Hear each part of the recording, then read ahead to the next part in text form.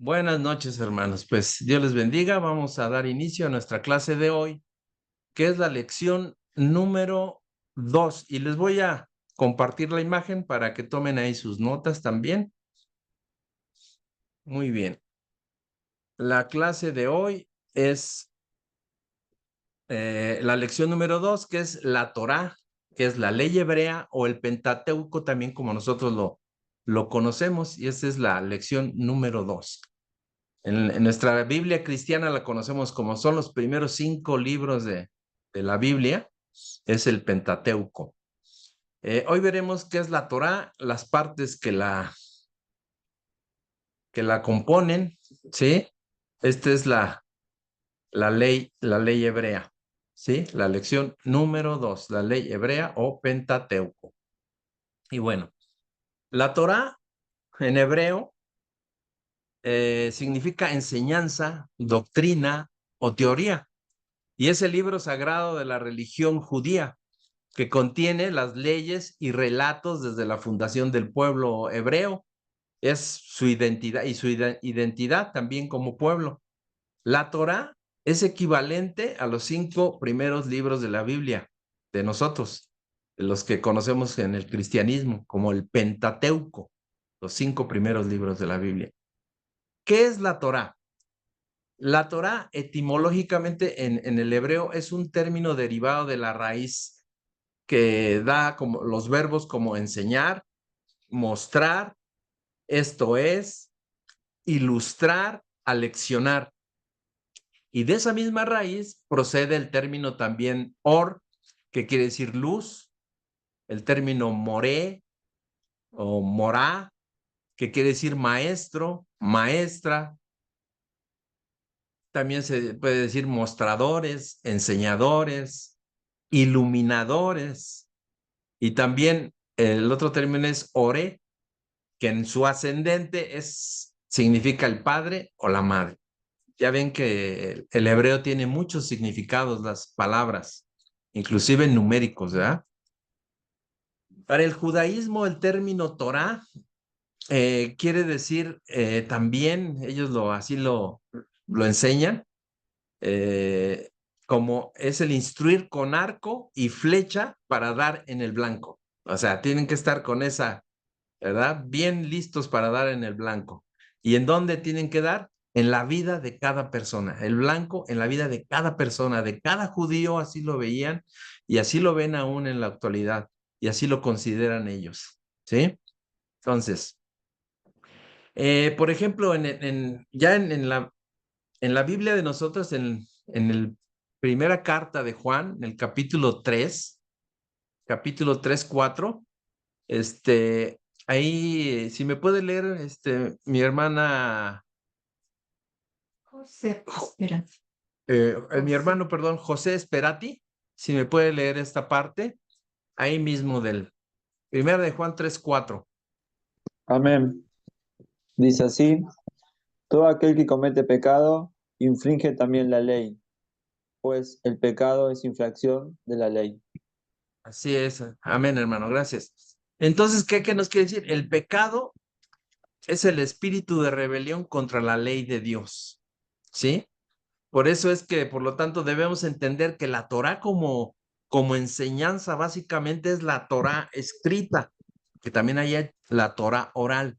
La Torá escrita son los 5 primeros libros, como ya vimos, del canon hebreo, que le llaman también el Humash, ¿sí? De la palabra Hamesh, son palabras hebreas, que son los libros que son atribuidos a Moshe, que le llaman Moshe Rabbeinu, que es Moisés, ¿verdad? Aunque estos se hayan recopilado hasta los siglos del 10º al 7º antes de la era cristiana. Esos libros, ¿verdad? Los 5 libros de la Torá. Después, también la Torá está llena de sabiduría. En comentarios del rabino Rashi Mishled, del libro de los Proverbios, en el capítulo 9 y 1, dice que Dios creó el mundo con su sabiduría. La sabiduría mencionada en este versículo es específicamente la sabiduría de la Torá, como dice su verso 1. La sabiduría construyó su casa. ¿Y a qué se refieren ellos con la sabiduría construyó su casa?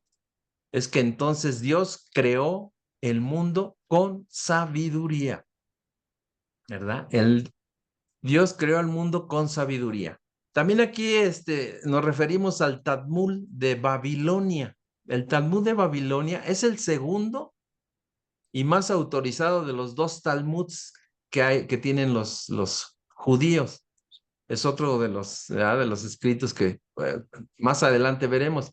Es el otro Talmud. El otro Talmud, uno es de Babilonia y el otro es el Talmud de Jerusalén. Y son producidos dentro del mismo judaísmo rabínico. El Talmud en hebreo significa estudio o aprendizaje, ¿sí? Talmud en hebreo significa estudio o aprendizaje. Y este fue completado alrededor del año 600 después de Cristo, no antes. Principal fue lo que conocemos como la Torá, como los 5 libros del Pentateuco. El Talmud fue después. El Talmud de Babilonia sirvió como su constitución y los estatutos del mismo judaísmo rabínico. Y dice en la porción de ellos, en la porción del Talmud, se llama Berajot 6a, esa es una porción del Talmud. Toda persona que estudia Torah trae la presencia de Dios al mundo. Porque ¿de dónde sabemos que la Shekinah, que es lo que nosotros, que es la presencia de Dios, reposa con toda persona que se sienta a estudiar la Torah? ¿De dónde lo sabemos? Porque dice el versículo ahí que tenemos del Éxodo 20:21, donde quiera que yo permita mencionar mi nombre, iré a ti y te bendeciré. Eso dice también Dios en el Shemot o Éxodo 20:21. ¿verdad? Por eso es que se habla de esta parte. Luego, la Torah es una guía, moral para el mundo. El desarrollo del comportamiento ético del mundo ha sido definitivamente influenciado por el pueblo judío, ya que su ética y sus valores provienen directamente de la Biblia, de la Torá. En el libro de Baikra, que ahí lo anoté, que es el Levítico que conocemos, en el capítulo 19, versículo 15, nos habla de la idea de la igualdad ante la ley, tanto divina como humana. Por ejemplo, en el libro de Bereshit, que es el Génesis, dice que en el capítulo 9, en el versículo 6, nos habla de la santidad de la vida, porque dice, quien derrame la sangre de un hombre, por el hombre será su sangre derramada, porque él creó al hombre. ¿Quién? Dios creó al hombre a su imagen, ¿verdad? Luego dice, en el libro de Devarim, ahí en el capítulo 15, versículo 7, que es Deuteronomio para nosotros, hace referencia a la conciencia colectiva y a la responsabilidad social que tenían que tener todos los judíos y que tienen. Ahí hay un comentario de John Adams. John Adams fue el segundo presidente de los Estados Unidos. Ustedes saben que Estados Unidos fue fundado con base en la Biblia. Allá por los años 1775, Estados Unidos empezó a utilizar ya la Biblia como su constitución, vamos a decirlo. Entonces, el presidente que fue citado en un libro de un escritor que se llama Alan Gould, que hacía la pregunta, ¿qué pensaron ellos de los judíos? La contribución de los judíos a la civilización. Y él decía, sostengo que los hebreos han hecho más que cualquier otra nación para civilizar al hombre. Él así los veía. El destino ha ordenado a los judíos ser el instrumento más esencial para civilizar las naciones. Es lo que pensaba el presidente de Estados Unidos. Luego también decía que hace una conclusión, dice, insistiré, dice así, son palabras así, tal cual, insistiré en que los hebreos han hecho más por civilizar a los hombres que cualquier otra nación. No has compartido pantalla. No está la pantalla, perdón. Me dice. Dice Ernesto Córdoba que no has compartido pantalla. Hermanos, por ahí si alguien me puede contestar, ¿no se ve la pantalla, perdón? No, ¿No? no. caray. No, A ver, déjenme ver, porque según yo ya voy. Permítanme. Déjenme ver qué pasó.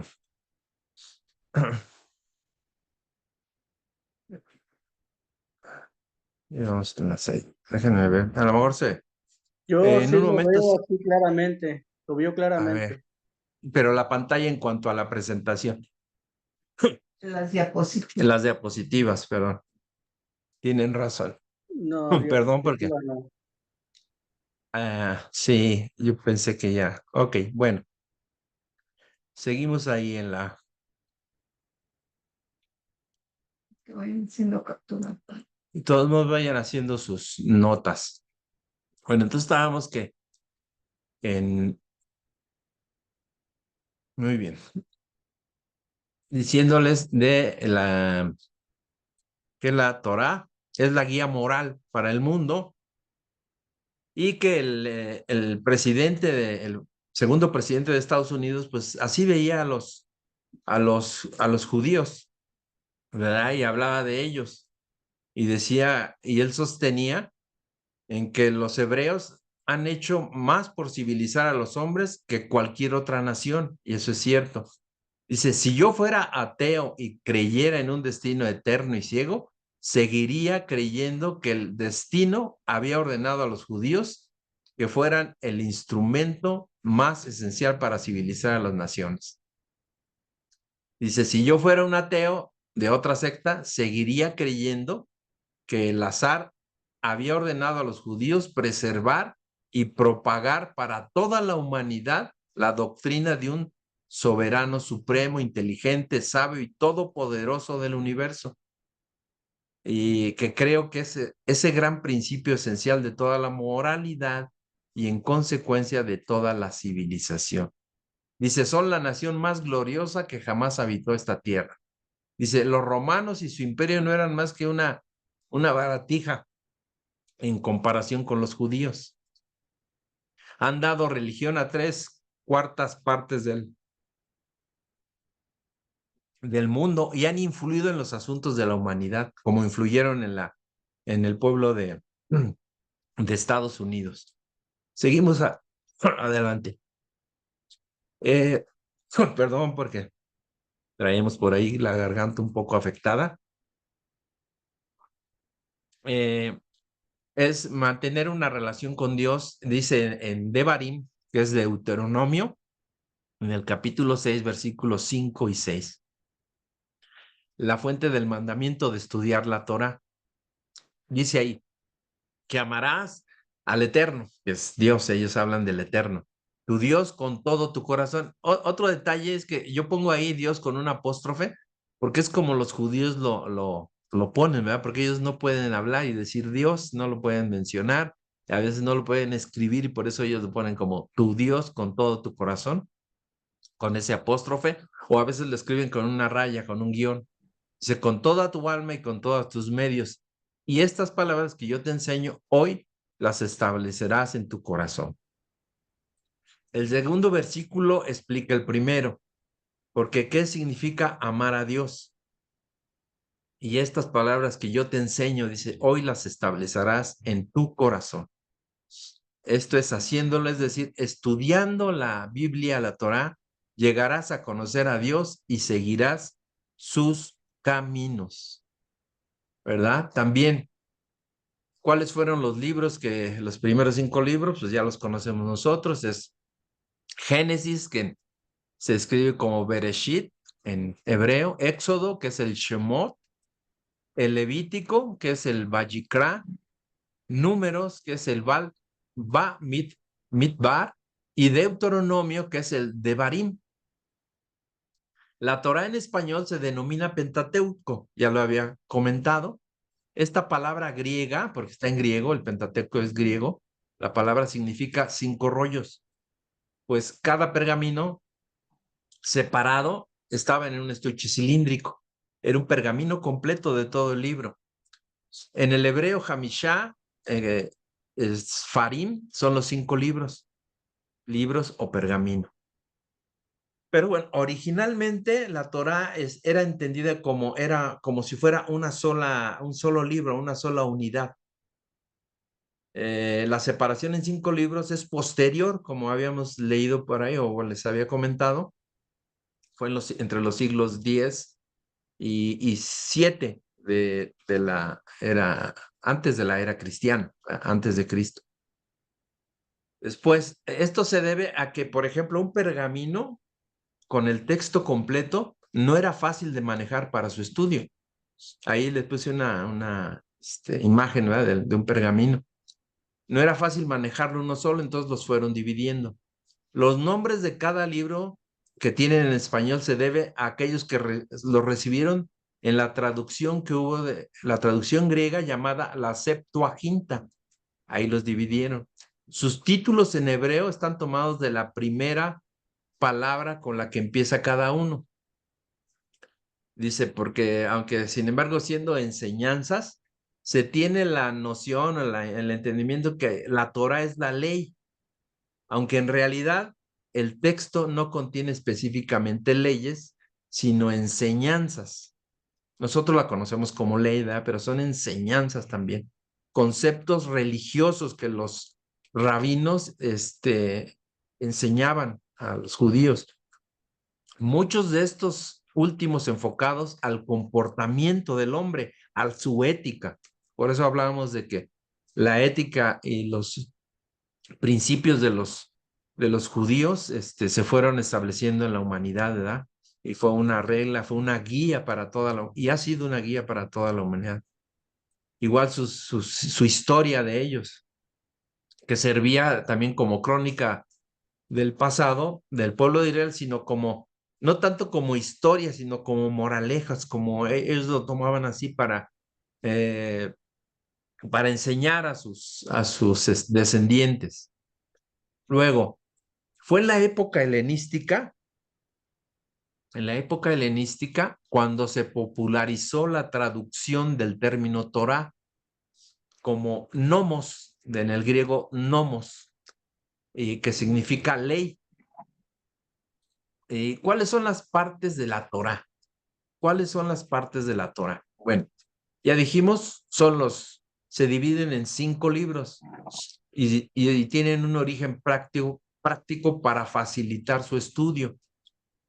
Y esto en la antigüedad mediante rollos, mediante pergaminos manejables. De hecho, los judíos en Jerusalén estudian en rollos también la Torah. Tienen un área cerca del Muro de los Lamentos, en donde están los judíos, los ortodoxos sobre todo, los que han visto con sus caireles aquí que traen al lado, todos de negro con su sombrerito. Ellos estudian la Torah. Ellos están estudiando la Torah todo el día y se ponen ahí tienen como una biblioteca en donde ellos tienen sus turnos para leer y para orar y están todo el día y ahí tienen sus rollos, ahí los puede uno ver, los puede uno leer.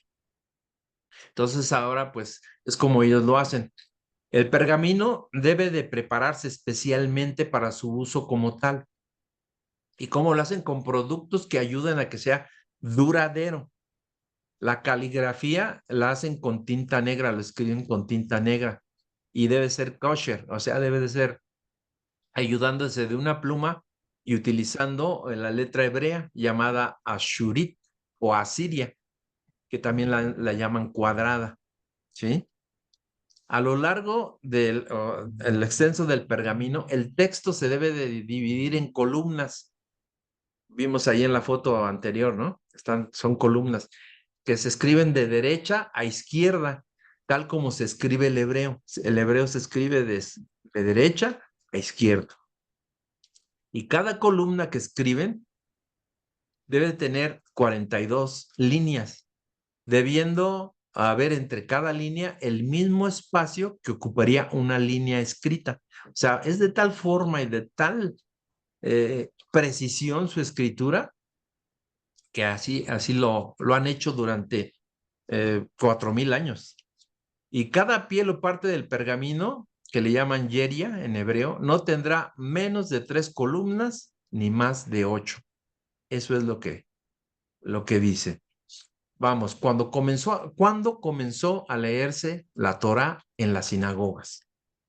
Bueno, si recuerdan en los escritos de nuestra Biblia también, en el libro de los Reyes, segundo libro de los Reyes, en el capítulo 23, en el versículo 22, el rey Josías fue el primero en leer el libro del pacto, o sea, la Torá, a todo el pueblo que reunió él y lo leyó ahí, según nos lo dice ahí en el segundo libro de Reyes. Después volvieron a leer toda la Biblia después del exilio en Babilonia.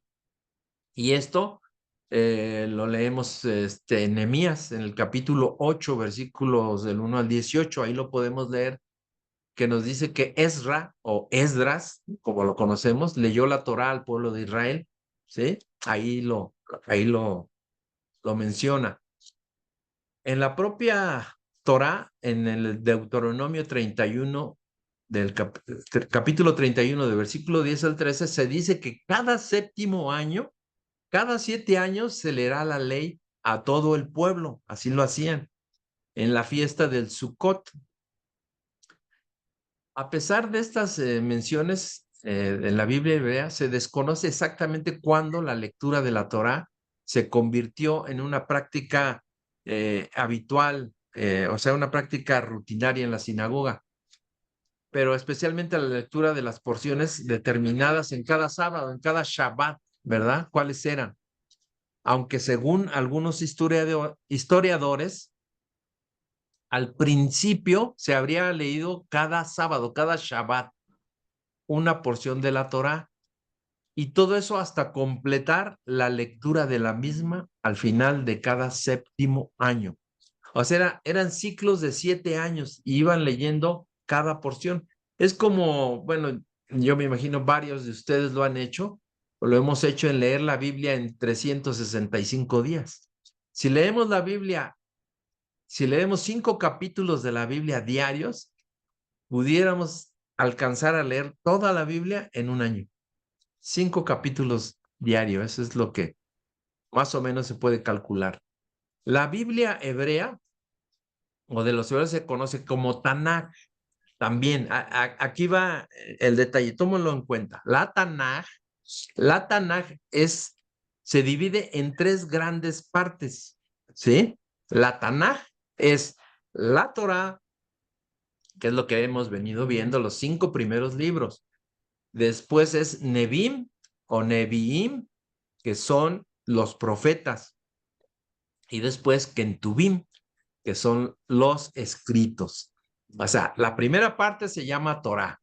Ya lo vimos. Incluye los 5 primeros libros de la Biblia: Génesis, Éxodo, Levítico, Números y Deuteronomio, con el término Pentateuco, así como nosotros lo conocemos. ¿Sí? También es conocida como el libro de Moisés, ya que su autor fue Moisés, aunque él fue el principal legislador de la cultura hebrea, aunque Dios fue el que le dictó esos libros.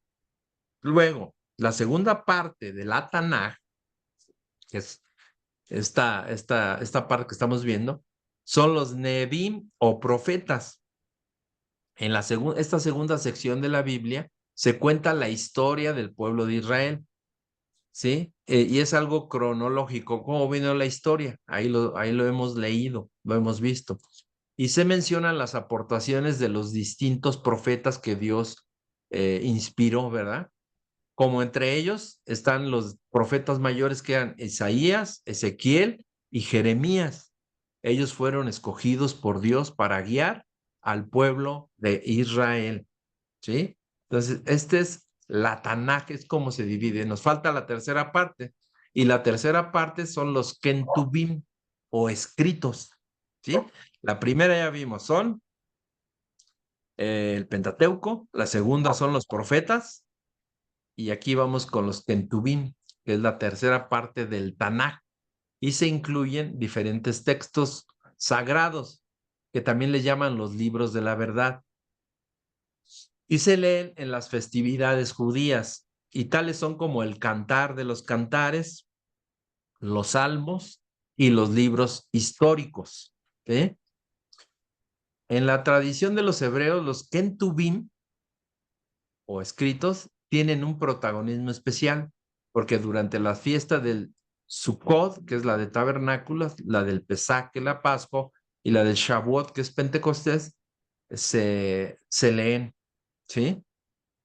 Entonces, los libros que forman la Torá, ya los vimos, son los primeros 5, que es Génesis, que en el hebreo se llama Bereshit, que significa en el comienzo, en el origen o el principio. Ideas que responden en general al contenido del libro. Y en efecto, en este libro se narran desde una perspectiva religiosa los orígenes del universo, de la tierra, del género humano y en particular del pueblo de Israel. Luego está el Éxodo, que en hebreo es el Shemot. Este libro lo titulan con una de sus palabras iniciales, Shemot, que significa nombres. Ahora, el vocablo griego éxodos, como lo conocemos, utilizado ya después por la versión Septuaginta, lo definen propiamente como salida también, como la salida. Después viene Levítico, lo nombran, o su nombre es al libro por su primera letra, que es la Vayikra, y que significa así, y llamó, a eso que ponemos ahí entre comillas. Y después también en la Septuaginta le llamaron Levítico al tercer libro de la Biblia, posiblemente para indicar que se trata de un texto o de un libro que fue destinado de modo muy especial y particular para los levitas. Si ustedes recuerdan en sus lecturas de la Biblia, este libro fue mucho en particular para lo que los levitas tenían que hacer. Luego, el cuarto libro es el de Números, que en hebreo el título del libro es Be-Midbar, ¿sí? Que significa en el desierto. Y esto en referencia al desierto del Sinaí, en la que se desarrollan los acontecimientos que fueron objeto de la narración de los números. Y el quinto libro es Deuteronomio, que en el hebreo es el Devarim, que significa palabras, cosas, leyes también. La versión de la Septuaginta lo llamó Deuteronomio, que es la palabra de origen griego, esta también es de origen griego, cuyo significado, habíamos visto, es la segunda ley, es como la repetición de la ley, pero no es que sea una ley diferente, sino que, o diferente a la de Moisés, sino que es una repetición, ¿sí? Es como para machacar y machacar con los hebreos sobre la Torah, sobre la ley. Luego, los Nevi'im que vimos, los profetas mayores, incluyen los libros aquí lo vamos a ver, los libros de los profetas mayores, que es Josué, Jueces, ¿sí? Samuel, el primer libro y segundo libro de Samuel, el primero y segundo libro de los Reyes, después Isaías, que son los profetas, los libros de los profetas mayores, Isaías, Jeremías y Ezequiel. Estos libros narran la historia de Israel, desde la conquista de la tierra prometida hasta el exilio babilónico, y se caracterizan por la presencia de profetas que transmitían mensajes de Dios al pueblo. Si ustedes ven, todos estos son gente que Dios inspiró y a través de ellos les mandó les transmitían los mensajes de Dios. Y estos mensajes a menudo contenían advertencias sobre la infidelidad del pueblo a Dios. eran llamados a la justicia social también y a la conversión, al arrepentimiento y además las profecías sobre el futuro del pueblo de Israel. Después, los profetas menores, los libros de los profetas menores. Estos incluyen los libros de Oseas, de Joel, de Amós, de Abdías, de Jonás, de Miqueas, de Nahum, como lo conocemos, Habacuc, Sofonías, Ageo, Zacarías y Malaquías. Estos libros se caracterizan por su brevedad, o sea, son más cortos, ¿no? Y los conocemos. A veces son de 1, 2, 3 capítulos. Y se centran en temas como la justicia divina, el juicio de Dios sobre las naciones, la esperanza de la restauración del pueblo de Israel y la llegada del Mesías, la llegada de Jesús, aunque ellos después no lo reconocieron, ¿verdad? Entonces, los Neevim son de gran importancia para el judaísmo, para nosotros también, ¿verdad? Ya que ofrecen un entendimiento profundo de la relación entre Dios y el pueblo de Israel. También presentan un modelo de liderazgo moral y espiritual para su pueblo y proporcionan un mensaje de esperanza y de redención en los tiempos futuros. ¿Sí? Ahora, los ketubín. ¿Qué dice de los ketubín? En el hebreo son los escritos, los 3 libros poéticos o los libros de la verdad también. Sí, también le llaman un acrónimo de los nombres de los 3 libros en hebreo que dice aquí, son los Salmos, los Proverbios y el libro de Job. Luego, los 5 rollos o mejillot, que son leídos en cada una de las festividades judías. Por ejemplo, el Cantar de los Cantares se lee durante la Pascua o el Pesaj. El libro de Ruth es leído en el Shavuot o Pentecostés. Después, Lamentaciones es leído en el ayuno que tienen los judíos en el día que le llaman el día más triste de la historia judía, que fue cuando cayeron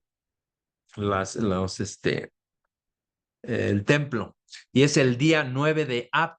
¿Se acuerdan del calendario judío que veíamos en la clase pasada? En el mes de Ab, el día 9 de Ab, que es entre los meses de agosto y septiembre. Luego el libro de Eclesiastés es leído en el Sukkot o el día de la fiesta de los tabernáculos. El libro de Esther, que es leído en el Purim o la fiesta del gozo. Y los libros históricos que son Daniel, el libro de Esdras y Nehemías, que ellos lo tomaban como un solo libro, Esdras y Nehemías, y luego el libro de Crónicas, el libro primero y segundo libro de Crónicas, ¿sí? Estos son los Ketubim, ¿sí? Es la tercera parte de lo que es la Tanaj también.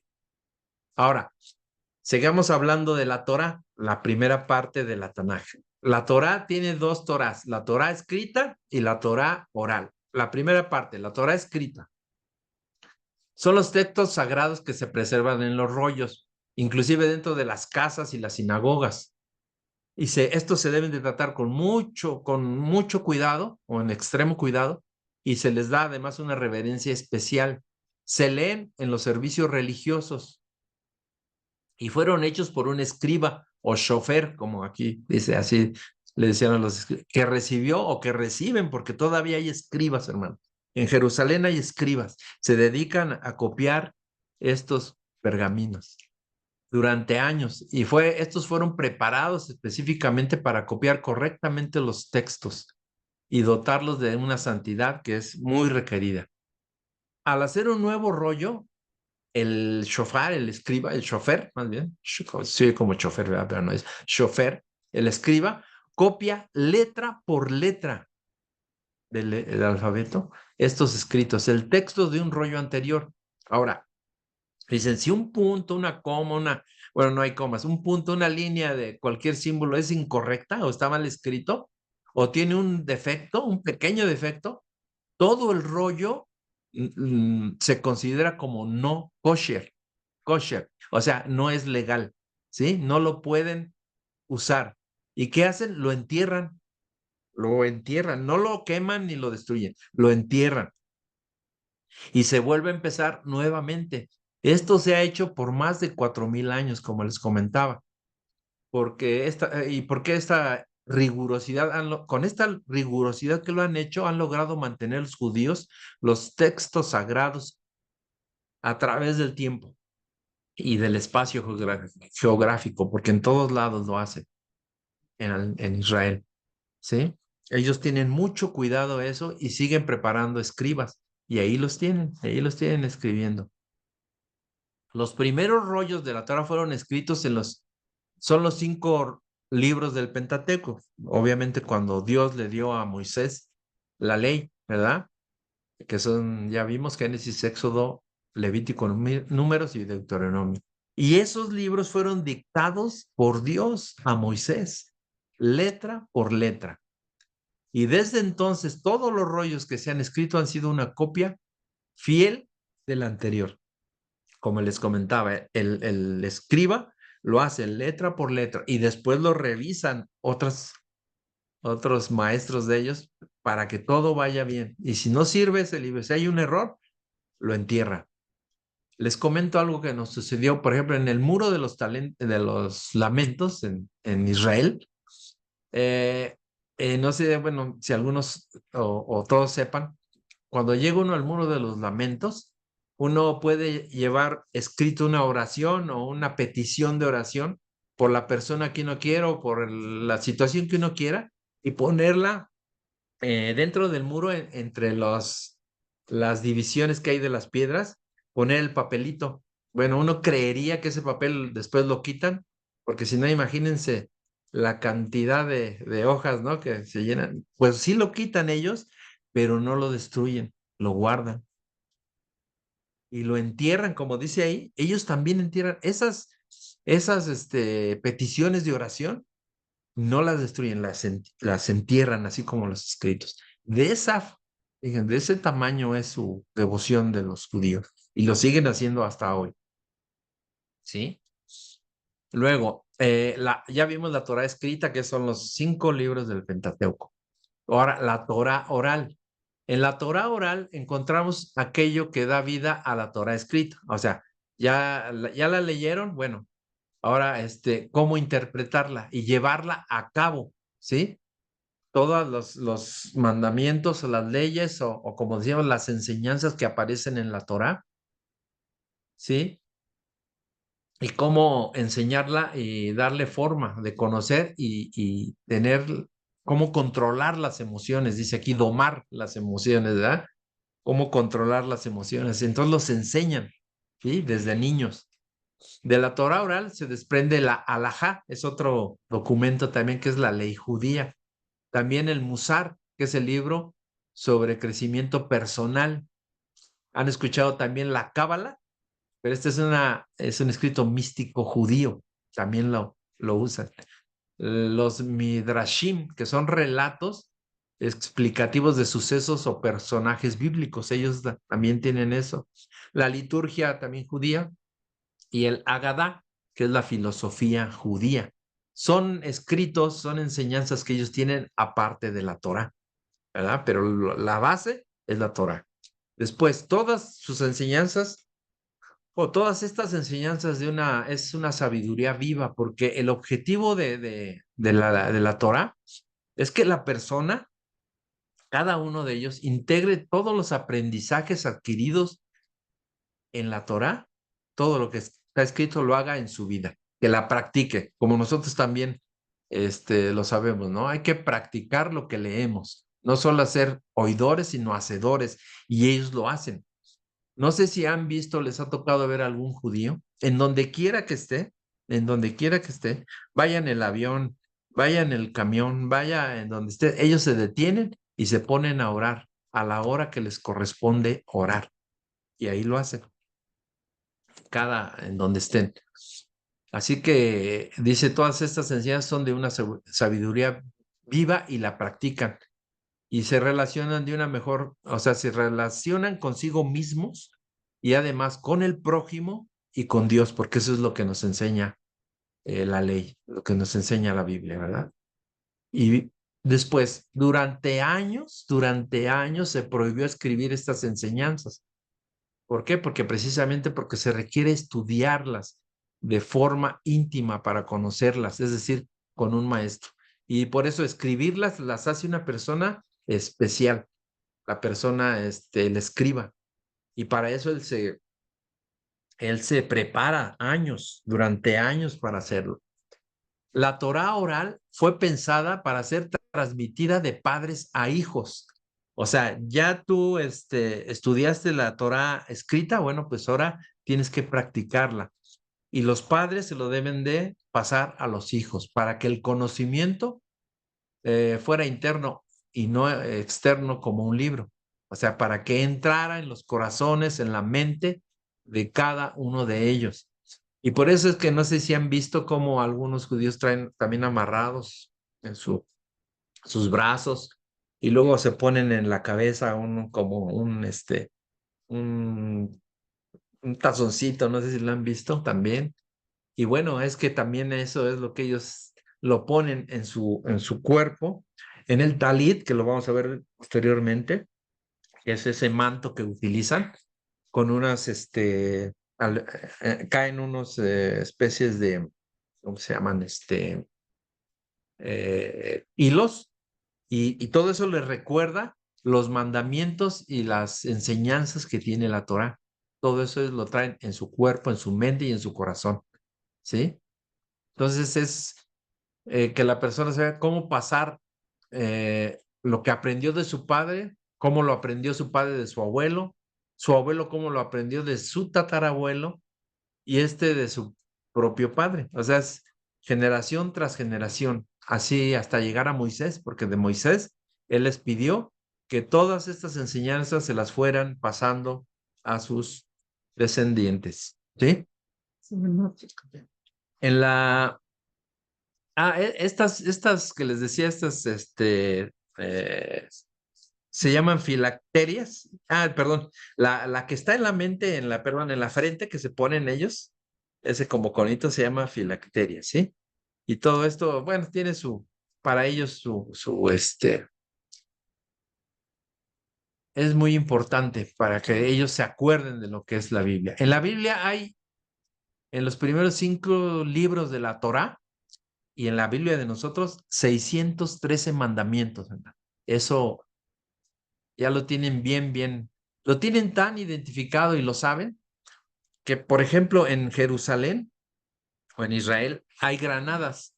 Esas granadas son de un tamaño, pues, a lo mejor aquí en México no las conocemos de ese tamaño, pero allá te dan jugo de granada, ahí en las calles lo venden, lo exprimen las granadas, las parten por la mitad y las exprimen.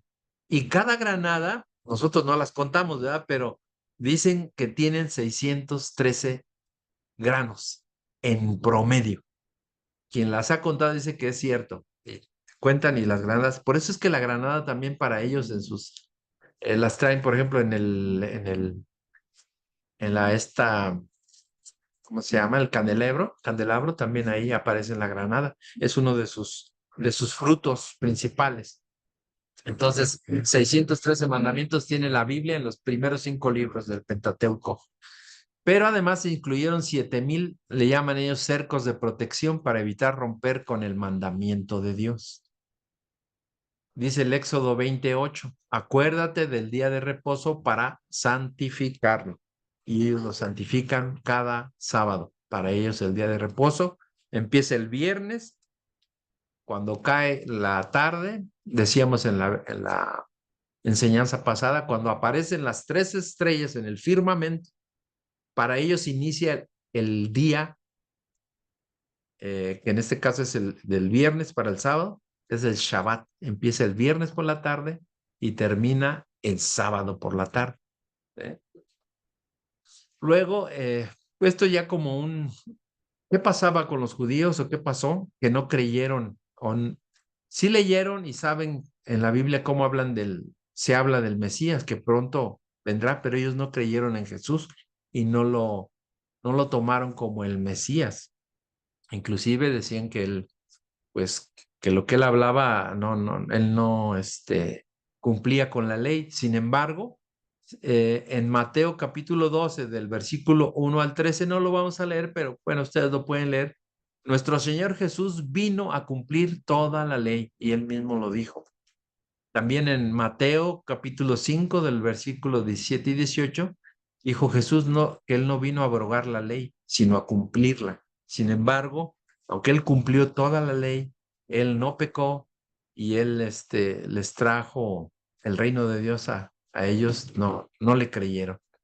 Y bueno, pues algunos de los judíos o muchos de los judíos todavía no se les cae el velo de los ojos, ¿verdad? De su vista, y no lo han identificado y no lo quieren, aunque muchos también de los mismos judíos que están ahí en el muro de los lamentos y que dicen ser ortodoxos y no creen en Jesús, finalmente sí lo creen, y hay muchos judíos ya mesiánicos que le llaman, que creen en nuestro Señor Jesucristo.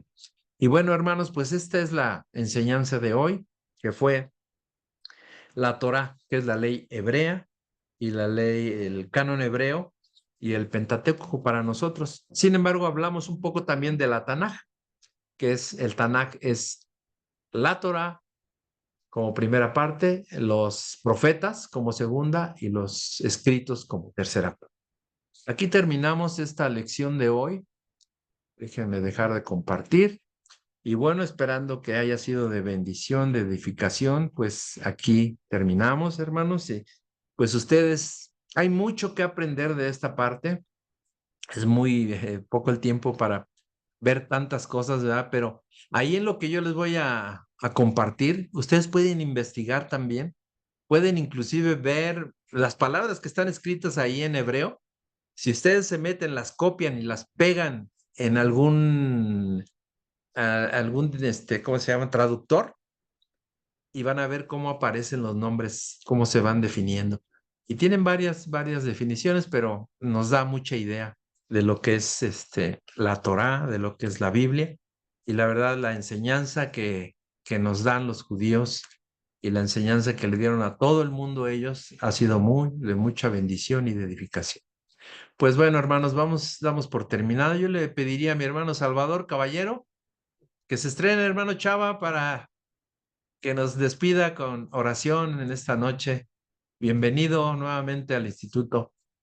Gracias. Despídanos en oración, hermano, por favor. Dios Padre bendito, te damos las gracias por estas sagradas enseñanzas, por iluminarnos, Señor.